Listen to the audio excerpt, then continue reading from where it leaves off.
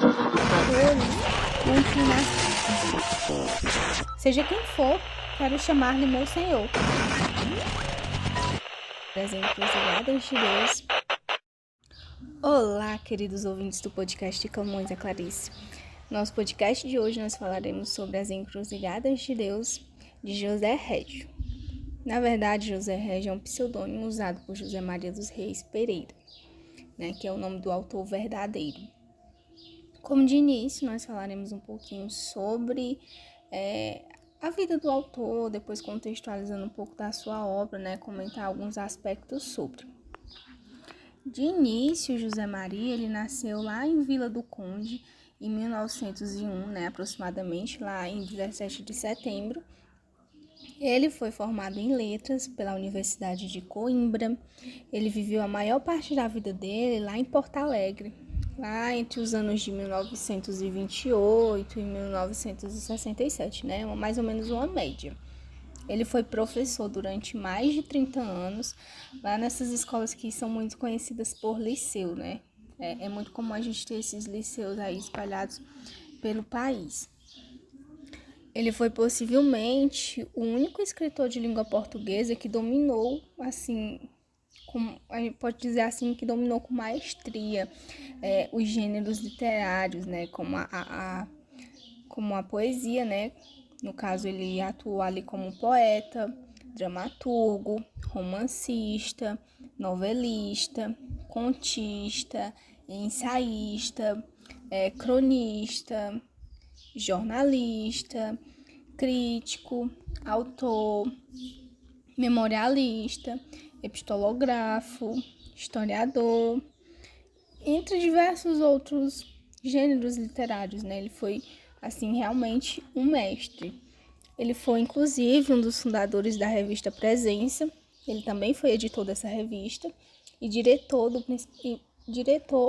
e também foi o principal animador, desenhador, pintor, Ele foi meio que o fundador ali e colecionador de arte sacra e popular. Ele era bem culto, na verdade. Uma característica muito importante dos seus livros é que eles tinham bastante ilustrações. Eles eram feitas pelo seu próprio irmão, que era o Júlio Maria dos Reis Pereira. Então, a família toda aí digamos que é artista. Infelizmente, ele acabou falecendo em 22 de dezembro de 1969, em Vila do Conde. Ele, inclusive, teve um livro de estreia que era chamado Poemas de Deus e o Diabo, que ele publicou em 1925, que neste livro ele apresentou quase todos os temas que ele viria a apresentar nas suas obras que viriam posteriormente, que eram os conflitos entre Deus e o homem, o espírito e a carne, o indivíduo e a sociedade, a consciência da frustração de todo o amor humano, o orgulhoso recurso à solidão, a problemática da sinceridade, entre diversas outras temáticas que ele abordou nesse livro, que também foram assim uma prévia para o que ele ia abordar nas suas outras obras. E já adentrando no seu livro, que é As Encruzilhadas de Deus, ele foi inclusive o terceiro livro de poesia que foi publicado por José Régio. Além disso, o livro é um dos mais conhecidos de poesia do escritor, que vivia lá em Vila do Conde, e também ele é um dos grandes livros de poesia portuguesa, um dos mais famosos, inclusive. Inclusive, alguns estudiosos, acreditam que ele é muito conhecido justamente pela sua vigorosa audácia, de escrita, de temas. Tem uma nitidez muito interessante e uma sobriedade na linguagem que a gente percebe justamente quando está lendo esses poemas. A amplidão das imagens, Eu acabei de comentar anteriormente que os livros dele são muito característicos por conter imagens, uma paixão que anima no livro todo, sabe? Quando você lê uma poesia, aquela poesia que você não consegue, assim, ler só uma, você realmente quer ler todas. Além de que nós conseguimos identificar um equilíbrio entre um senso crítico e a força criadora do poeta. E isso dá direito para que, por exemplo, o autor esteja nos clássicos, né? Esse livro esteja nos clássicos e que ele seja lido tanto agora como ele foi lido anteriormente e nunca vai sair de moda, se assim a gente pode falar, né? É um livro que fica atual para todas as épocas. No que diz respeito a algumas características que encontramos na obra Encruzilhadas de Deus, nós temos, por exemplo, a luta do humano com o divino. Inclusive, nós temos até um trecho que fala o seguinte: a sua personalidade tem laivos maternais e paternais. Ao pai, um ourives de profissão, terá ficado a dever sobretudo um certo e duradouro gosto pela vida, subjacente e teimoso, mesmo nos piores momentos de desespero. Foi, no entanto, o temperamento de Maria da Conceição dos Reis que o próprio autor Régio ele foi buscar lá mesmo essa questão do humano artístico. Então foi a partir dessa interpretação da Maria Conceição que ele acabou dissertando, né, essas poesias, algumas dessas poesias com essa característica. Além disso, o poeta, temos até um trecho que fala bastante sobre isso, né, que diz o seguinte: não sei por onde vou, não sei para onde vou, sei que não vou por aí, aproximava-se do fim da vida. Igualmente, não sabendo ao que chegava, mas aparentemente mais sábio e sereno e distanciado. A pouco e pouco vou chegando, não sei a quê. Sei que na tarde ruiva, já mal respira brando, o vento sorraro ainda ruiva. Na tarde sossegada, sem armas, sem escudo, chegando a quê? Talvez a nada, talvez a tudo. Aqui nós conseguimos identificar assim, nesse pequeno trecho que José Régio ele usa a confissão e a máscara. Como assim, né? Ele acaba se aprofundando essa revelação de secreto, né? De algo que está secreto. E o que é esse secreto, né? Na verdade, essa revelação vem dele mesmo, né? Daquilo que é muito íntimo dele. É uma revelação do seu próprio eu, né? Daquilo que ele tem dentro de si, que é despurado e secreto. Justamente até quando ele pergunta e ele responde ao mesmo tempo, né? Quando ele diz, qual a solução? Né? Então, na verdade, essa obra ela entra no ponto de ruptura, que a gente consegue até subjugar, por exemplo, como aquilo que não diz, mas ele não diz assim com aquelas palavras, ele meio que está insinuando. E é justamente isso que nós vamos encontrar nos seus poemas. Na verdade, nós encontramos muitos enigmas, né? Na verdade, está repleto de enigmas. É até meio assim melancólico de dizer, mas é como se a clareza da literatura, né, dos seus poemas, fosse realmente melancólico, né? Uma certeza melancólica de que não tem certeza, né? Na verdade, é o que chamamos de polifacetada, porque ela é muito complexa, ela é inatingível, né? Ela vai além de uma vã filosofia. Cada livro tem uma tentativa diferente de ver tudo mais por dentro do que virá, né? Até uma frase que muitos autores falam, né? Como se cada livro tivesse a sua própria autonomia de identificar como é que cada mundo é interpretado, né? Como é que cada situação é interpretada. Mas um dos pontos mais altos da sua obra, da obra regiana, é a questão do confronto do autor com o próprio eu dele, né? O confronto do eu com o próprio eu. A obra regiana, ela abre uma profundidade, uma complexidade de um outro eu. E esse outro eu, ele muitas vezes acaba sendo um veneno para a tragédia que vai acontecer ali no discorrer da história. E o outro eu geralmente vai ser colocado, posto ali numa situação como um espelho, né? Como aquilo que é o ideal. Então, enquanto um vai ser a tragédia, o outro vai ser meio que o desejo do ideal, do que deveria ser. Como se fosse uma verdadeira imagem daquilo que é absoluto, daquilo que realmente desejamos ser.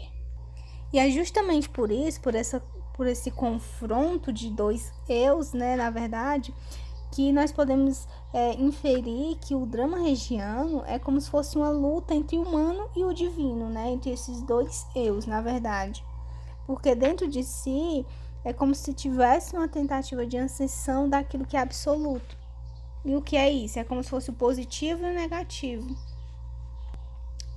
Na verdade, também é como se nós colocássemos, na medida que o absoluto é do mal, ele também pode ser do bem, né? Ele pode ser uma via de mão dupla.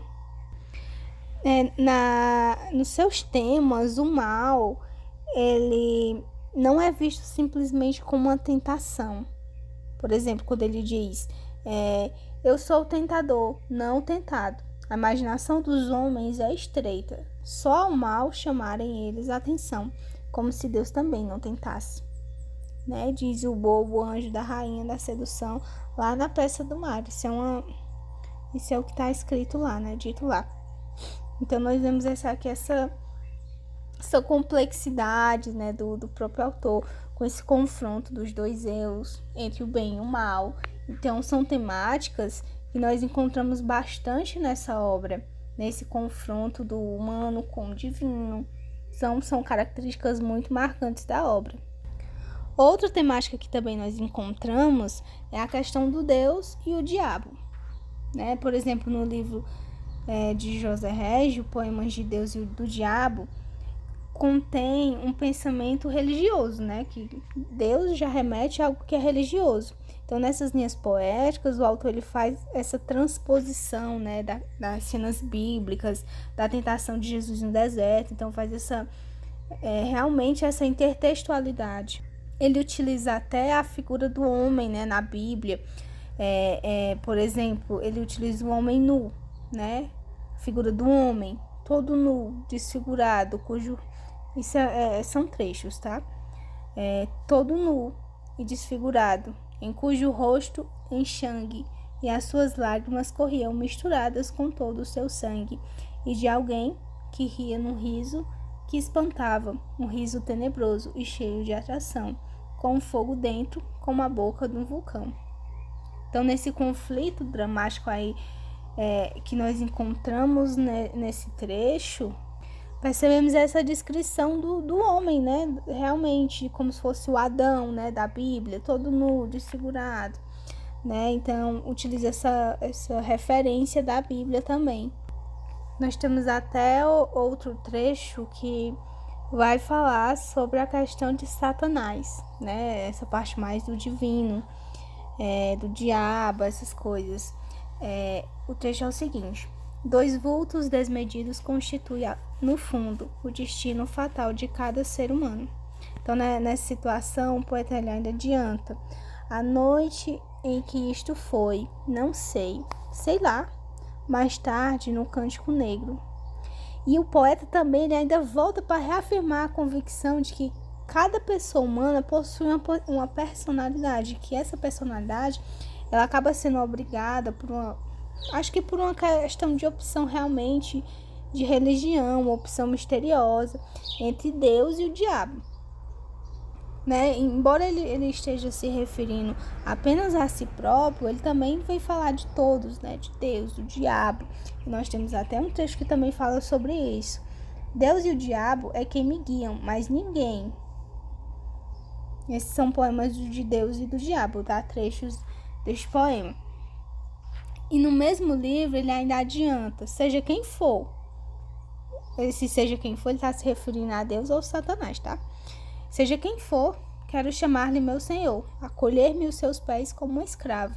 Então, nós percebemos que esse lírico aqui, ele não quer saber se ele já vai seguir o caminho divino ou o caminho do Satanás, né? Mas ele quer seguir alguém. Esse poema, esses trechos que eu acabei de ler, eles são resíduos do satanismo, né? Daquele satanismo que o romantismo literário logrou naquele tempo, né? Na época do romantismo, que durante algum tempo ele imperou nas vezes do primeiro modernismo. Na verdade, José Régio, ele assumiu tons metafísicos, né? Então ele acreditava muito na questão da expressão épica dos autores mesmo, pela liberdade de escrever. Então, ele associou seu satanismo ao cântico negro. Encontramos ainda na sua poesia uma constante concepção religiosa, que é uma questão mais tensa, mais maquinéia. Então, quando ele acaba se referindo ao cristianismo, é como se fosse de uma forma avessa, né? Essas questões dos aspectos gozosos e jubilosos que o cristianismo acaba implementando. Então, ele meio que avessa, né? Essa questão da religião. E quando eu me refiro a essa questão do avesso, é só para vocês terem uma ideia, ele coloca a figura de Jesus Cristo meio que como se fosse poético, né? Como se fosse um homem das dores que não ressuscita. Isso aí é como se fosse uma forma de revelar para os leitores uma inclinação pelo lado trágico que a religião cristã tem, né? Muitas vezes o cristianismo ele é posto ali como sem defeitos, e ele vem trazer esses percalços da religião, né, como uma forma de mostrar para o público que possui alguns percalços realmente. O cristianismo de lamento e não da alegria de que realmente né? Essa questão da manhã de Páscoa. Então, o cristianismo ele possui um lamento. Mas isso não quer dizer que o cristianismo é ruim, que é uma religião que não é boa. Claro que não, né? É realmente porque alguns autores possuíam ali as suas opiniões e eles gostavam de realmente falar, né? Colocar ali as coisas que aconteciam naquela época. No poema Exortação ao Meu Anjo, que é um poema da obra Encruzilhadas de Deus, ele usa o ferimento típico da ansiedade e, por um lado, ele pede auxílio ao anjo, né? Já referindo aí também a questão do divino. Quando ele diz assim: quando, a meio da noite e da ansiedade, eu me rojar por terra e te pedir piedade, mas nas linhas seguintes desejo a solidão. Não me apareças nem me fales, deixa-me só com meu cálice. Será apenas angústia poética ou busca transcendências? Certezas não existem, mas ele afirma que a terra esconde os secretos dos meus gritos. A terra pode dissimular o confidencial, mas as linhas de sangue poético afirmam que o outro falava de parábolas nas vinhas e atraía as mulheres públicas, os pobres e as criancinhas, e continuava. Tinha um ar de iluminado e falou de destinos a cumprir. Então, esse é um trecho de quando Deus fala, né, das encruzilhadas de Deus. Então, o poeta ele acaba equacionando diversos registros poéticos, né, numa questão de angústia pela procura religiosa, e muitas vezes ele acaba comparando com a Terra de Quintal, né, e realmente é como se fosse uma confissão dessa acepção mais nobre desse termo, né, desse termo religioso, dessa questão de conflitos. Outra característica muito importante também é a questão da hipérbole de Régio. Lembra que eu comentei anteriormente que os seus livros, as suas obras, na verdade, são obras não feitas para ler, vou ler um poema hoje. Não, você acaba lendo mais de um, né? Você acaba não conseguindo ler só um pouquinho. Então, é como se a obra regiana ela não pudesse ser feita sem pausas. Na verdade, isso meio que contrapõe o que eu disse, né? Uma coisa é você ler, vou ler esse poema hoje, li hoje. E outra coisa é você ler fazendo pausas, porque muitas vezes você precisa realmente repensar o que foi dito anteriormente, você acaba refletindo, né? Então, são poemas muito bons que você acaba lendo muitos, mas muitas vezes você precisa fazer ali umas pausas, né? Até para você poder entender. Incrivelmente, o autor ele até falou, né, que ele já morreu, né, que a gente não deve devorar livros, porque muitas vezes tem muitas pessoas que leem muitos livros e muitos livros no mês, pela semana, mas assim, são leituras vagas que acabam não ficando. Então, é muito mais interessante você ler, parar, compreender, do que você simplesmente só ler e não ficar algo de bom para você, né? Algo de interessante.